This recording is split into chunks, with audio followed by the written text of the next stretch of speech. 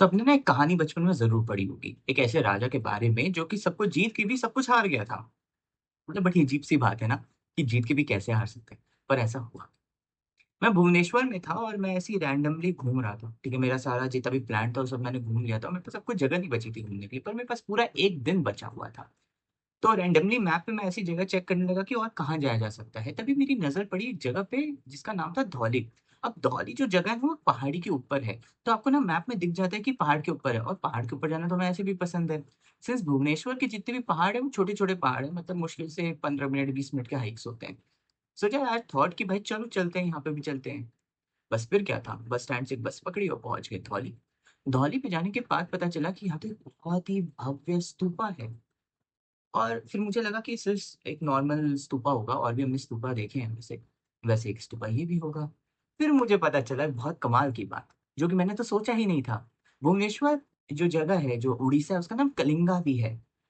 तो आप लोग जानते होंगे कि ये बात अब कहाँ जा रही है। वो जो स्तूपा था, अब स्तूपाएँ जो जितने भी भारत में बने हैं, वो सारे कनेक्टेड हैं कहीं न कहीं अशोका से। तो आपने कहानी ज़रूर पढ़ी होगी अशोका की। अशोका एक ऐसे राजा थे जो कि पूरे विश्व जीतना चाहते थे, वो जीत भी गए थे लगभग। उनकी आखिरी लड़ाई हुई थी कलिंगा में। कलिंगा में जब वो लड़े, तो वो जीत तो गए, बड़े आसानी से जीत गए। लेकिन तब उनको रियलाइज़ हुआ कि यार इतने लोग मर गए। मतलब मेरे रोंगटे खड़े हो गए लिटरली कहानी सुनाते हुए। उनको ये पता चला कि इतने लोग मर गए हैं, तो वहाँ पे एक रिवर बहती थी जिसका नाम था दया, रिवर दया, और रिवर दया पूरी लाल हो गई थी एकदम। उसी दिन उनका मन परिवर्तन हुआ। उन्होंने सच्चा मतलब ये हिंसा की राह छोड़कर अहिंसा का राह चुना। वहीं से ये सारी कहानी स्टार्ट होती है और वो स्तूपा जो है, वो वही अशोका के आगे के जितने भी अ, ब्लड लाइन थी, उसी में फिर किसी ने कहीं पे प्रोफेसी दी कि आप जाके स्तूपा बनाएँगे, तो वो स्तूपा बना था। तो मज़ा नहीं आया ना? मतलब स्टोरी और पास से देखते हैं। तो चलिए मैं आपको लेकर चलता हूँ भुवनेश्वर में धौली स्तूपा पे।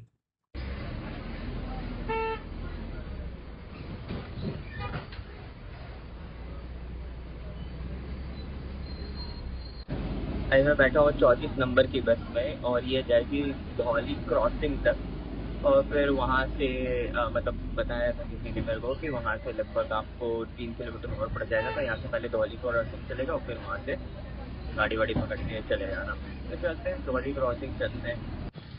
तो हम लोग पहुँच चुके हैं अब धौली पीस पगोड़ा। पगोड़ा यहाँ पे जैसे जगन्नाथ व्हाइट पगोड़ा है और कोणार्क जो है वो ब्लैक पगोड़ा है, ऐसे ही ये धौलीगिरी सॉरी धौलागिरी।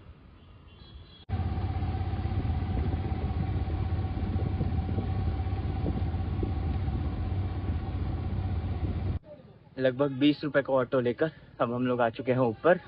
ऊपर भी एकदम मतलब मंदिर तक तो नहीं, यहाँ से थोड़ा सा है मुश्किल से होगा 100 मीटर। तो ये बस चल के ऊपर जा रहे हैं। हल्की सी चढ़ाई है, तो मतलब फैमिली वगैरह आ सकती है, अपनी गाड़ी से आ रही है तो ठीक है, वरना ये ऑटो वगैरह भी मिल जाएगा सस्ते में, तो कोई दिक्कत नहीं है।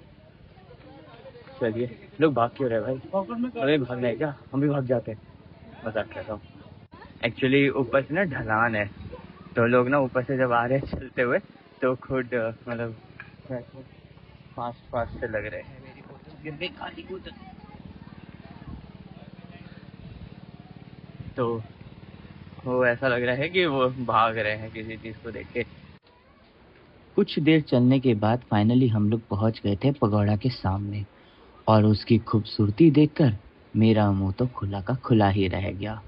क्या ही खूब और भव्य इमारत।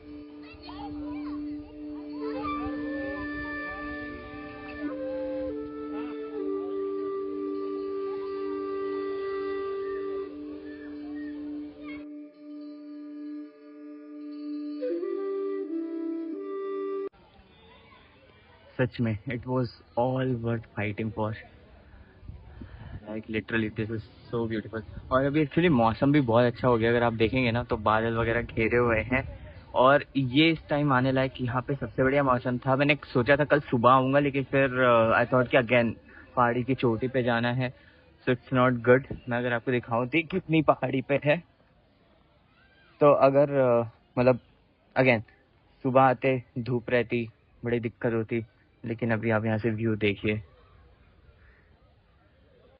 सही में यार, मतलब पूरे दिन की थकान ना चुटकी में छूमंतर हो गई यहाँ आते ही। तो मौसम इतना सुंदर है, ऊपर से ये स्तूपा बहुत ही खूबसूरत। और मौसम स्तूपा ने मिलकर ना मेरे अंदर का वापस से सब जो असली घूमने वाला उत्कर्ष था ना वो जगा दिया है। इसलिए तो हम लोग घूमते हैं यार, मतलब कल जितना शाम फ्रस्ट्रेटिंग था आज उतना ही अच्छा है। वाह।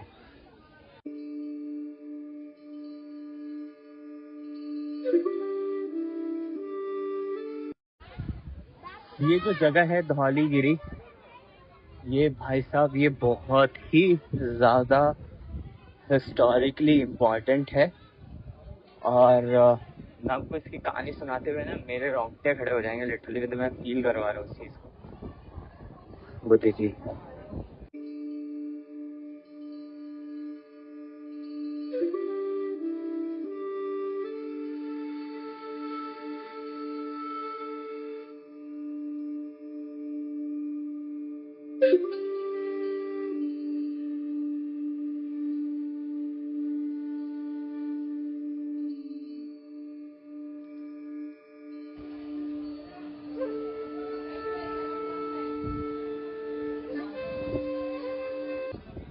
तो अभी अगर मैं आप लोग को यहाँ से दिखाऊं तो यहाँ से आपको पूरा शहर दिखेगा जो कि बहुत ही खूबसूरत भुवनेश्वर शहर है। और ये सामने जो आप नदी देख पा रहे होंगे ये दया नदी है।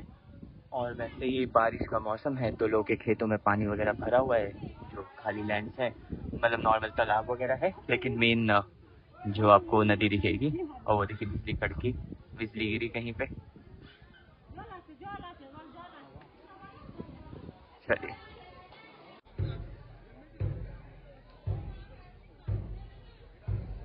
ये जो जगह है धौलागिरी पहाड़ी, ये बहुत ही इम्पोर्टेंट है हिस्ट्री में। यहीं पर कहा जाता है कि जो कलिंगा की लड़ाई हुई थी, जहाँ अशोका का मन परिवर्तन हुआ था, वो यही जगह थी। यहीं पे लड़ाई लड़ी गई थी इसी पहाड़ी पे।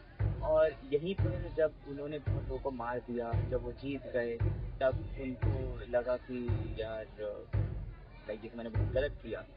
तो उस दिन से उन्होंने शांति का रास्ता चुना। और यही नीचे तभी जो नदी है उसका नाम दया है, क्योंकि दया है वो, तो दया को दर्शाती है। उसके बाद यहीं से स्टार्ट करके अशोका ने पूरे विश्व में 84,000 शांति स्तूपा बनाए। और ये कहानी यहाँ पे चलती है, इस बात का कोई वैसे प्रमाण नहीं है, ठीक है, हिस्टोरिकल प्रमाण नहीं है इस बात का, लेकिन ये यहाँ के लोग मानते हैं। तो हमने भी जाना और हमको भी अच्छा लगा जान के कि भाई चलो ठीक है, किसी जगह है तो उसका कोई हिस्टोरिकल इम्पोर्टेंस है। उसके अलावा एक चीज़ और थी कि ये जगह जहाँ बनाई कैसे गई है, ये मतलब यहीं पे क्यों शांति स्तूपा बना है, ये अशोका ने नहीं बनवाया था। पहली बात, ये गवर्नमेंट बिहार गवर्नमेंट ने बनवाया था। अब ये कैसे बनवाया, मैं बताता हूँ इसके पीछे पूरी कहानी। तो माउंट फ्यूजी करके जगह है, सब जानते होंगे कि वैसा ही एक मिलता जुलता एक नाम है गुरु जी का, उनका नाम है गुरु पूजी। अब गुरु पूजी जो थे वो शिष्य थे निशरण के। अब निशरण में बोल रहा हूँ, एक सबसे जापानीज नेम है, ठीक है, वो महाभिक्षु थे, like highest level of monk. तो वो थोड़ा सा जापानीज नाम है तो प्रोनाउंसिएशन अंतर हो सकता है। तो उनको 2500 साल पहले ना प्रोफेसी आई कि भाई मतलब इंडिया में वापस अशोका आएंगे। और मतलब जहाँ से अशोका का जन्म हुआ, अशोका वहीं पे वापस लौटेंगे।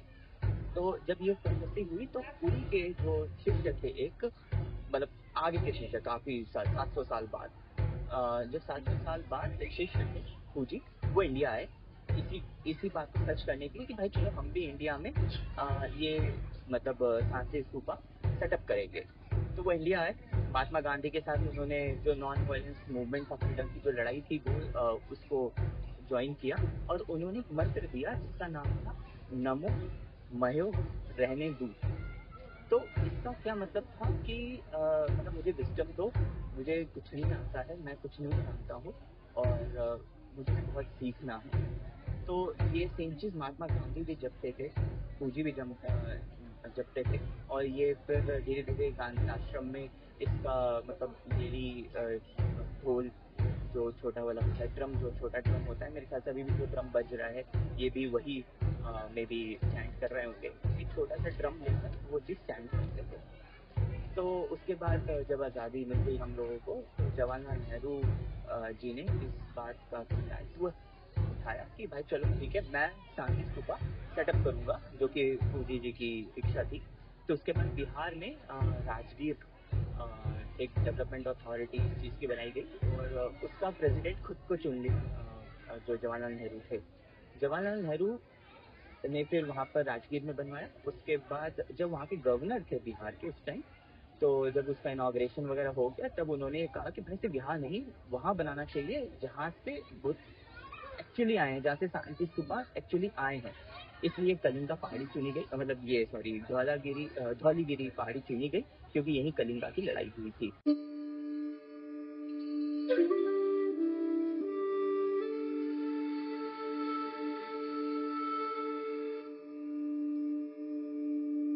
तो हो गया इधर से घूमना, अब चलते हैं यहाँ से वापस अपना भुवनेश्वर, और फिर वहाँ से चलेंगे बिजू पटनायक पार्क, क्योंकि वहाँ पे भी शाम को लाइटिंग वाइटिंग हो जाती है, तो मस्त अच्छा मूड हो जाएगा। चलते हैं। तो अभी हम लोग आ चुके हैं अशोकन रॉक एडिक्ट पे। अब इसकी भी जो कहानी यही है ना, वो उसी से जुड़ी हुई है, जबकि वो लड़ाई हुई थी तब उसी चीज से जुड़ी हुई है। अगर आप यहाँ देखेंगे तो ये ऑटो वाले भैया हैं, 100 रुपये में नीचे छोड़ रहे हैं ऊपर से, तो भाई गाइड भी बने हैं हमारे।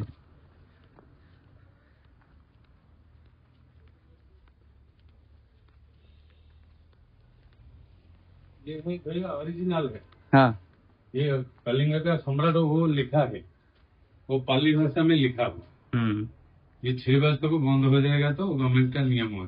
अच्छा, तो ये पहले भी खुला था? ये नहीं खुला। अच्छा अच्छा, ये अपोलो जी वाला बंद कर दिया है। कौन सी भाषा में लिखा है? पाली भाषा है। पाली। ये सब लिखा हुआ। ये अशोका ने खुद लिखा है? हाँ, पूरा निजो हाथों से लिखा है। ये सम्राट अशोक, ये पाली भाषा में लिखा। बहुत ही सुंदर। ये ट्रांसलेशन हुआ कि आगे लिखा हुआ हमारा उड़ीसा गवर्नमेंट लिखा। अच्छा, इंग्लिश। तो ये यहाँ पर समरी है टोटल की उस पत्थर पे क्या लिखा हुआ है। अभी लेट हो रहा है, तो इसको हम ऐसे मतलब मैं ऐसे देख ले रोक देता हूँ, तो स्क्रीनशॉट ले लीजिएगा, पढ़ लीजिएगा, और बाकी मैं पढ़ के बाद में ये चीज़ समझा दूंगा, सुना दूंगा। तो अभी चलते हैं। यहाँ से निकलकर अभी भैया ने बोला वो एक जगह और दिखाएंगे, तो वो भी हम देख लेते हैं। और सच बताया जाए ना, तो ये देखना ज़्यादा खूबसूरत था, ये देखना ज़्यादा मतलब मज़ेदार था, क्योंकि इस बात का कोई मतलब था। ये अशोका ने खुद लिखा था अपना। ये सामने जो आप देख रहे हैं, ये अशोक स्तंभ है, ओरिजिनल वाला, मतलब जो सबसे पहला था, यहीं से फिर सारनाथ में बनाया गया है, और यही आज हमारा भारत का नेशनल एम्बलम है। बहुत ही खूबसूरत। ठीक है,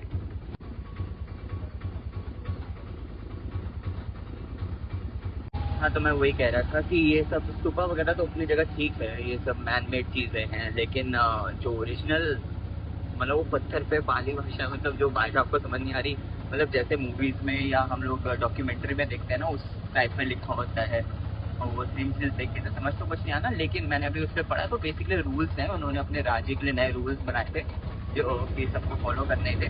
तो उसमें कुछ चीज़ें थी, जैसे कि जानवरों को नहीं मारना है, तो कुछ भी इस टाइप का ओकेजन है वो नहीं अब बनाया जाएगा कि जिसमें कि जानवरों को काटा जाता है, चीज़ है।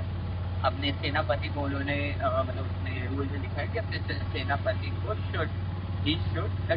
But it was not just a suggestion but it was kind of order कि भाई तुम अपने जो आर्मी है उसमें मोर्टैलिटी लाओ, उसमें तुम कंपैशन लेके आओ, जिससे कि बोलो ठीक है, देखो लड़ाई तो होगी, ठीक है, आप राज्य हो, आप एकदम हाथ को नहीं खड़े कर सकते हो, but you should not the first one two attack, ऐसे करके मतलब 5-6 रूल्स हैं वो उसमें लिखे हुए हैं। तो यही उन्होंने वहाँ पत्थर पे लिखा था। मतलब लोग कहते हैं ना कि पत्थर की लकीर हो जाती है, तो जब राजा महाराजा पहले ऐसे पत्थर पे लिख दिया करते थे ना, तो इसका मतलब कि वो लाइक 70% फॉलो होना चाहिए, बिल्कुल लाइक दैट। तो बहुत ही खूबसूरत, मज़ा आ गया, मतलब एकदम वर्थ इट था, पैसा भी वर्थ इट था, मज़ेदार।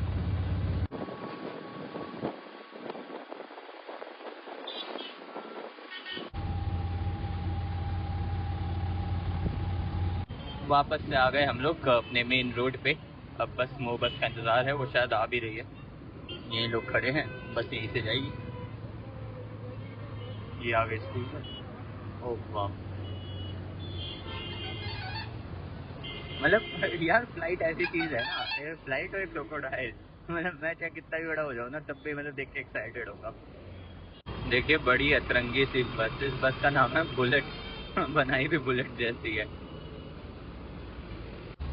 चलिए वापस जाने के लिए बस तो मिल गई, और ये सेम बस है जिससे मैं आया था। मतलब बहुत awkward सिचुएशन थी मेरे और कंडक्टर के बीच में। बस चलो खैर ठीक है। अब बस आधे घंटा और फिर पहुंचेंगे वापस से, फिर वहाँ से बस लेंगे वहाँ बिजू पटनायक के लिए, पार्क के लिए। बस फिर क्या था, हमारा ट्रिप तो बहुत अच्छा रहा धौली का। तो कभी कभार ऐसा लगता है ना कि आपको लक लेकर जाता है, आप कहीं पे भी आप जाते हैं तो आप खुद नहीं जाते हो वहाँ पे, लोग आपको बुलाया जाता है। वैसे मुझे भी ऐसा लगा कि मुझे धौली पर्वत पे बुलाया गया था, मुझे वो स्तूपा दिखाया गया है। उस जगह पे वो जो दया रिवर जो बह रही थी, आज भी दया रिवर है, उससे जो मैंने फील किया ना, वो अद्भुत था। बस इसके बाद क्या था, हम लोग स्टेशन वापस आ गए। यार बहुत ड्रामे के बाद ना फाइनली मैंने रूम लिया है, और आप मानेंगे नहीं कि मैंने कितने का रूम लिया है। मैंने लिया है टोटल 1400 रुपए का room.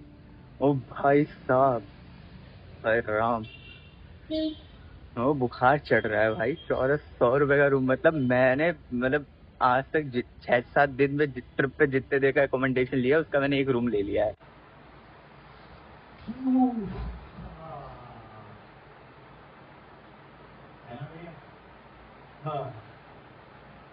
I have broke my back.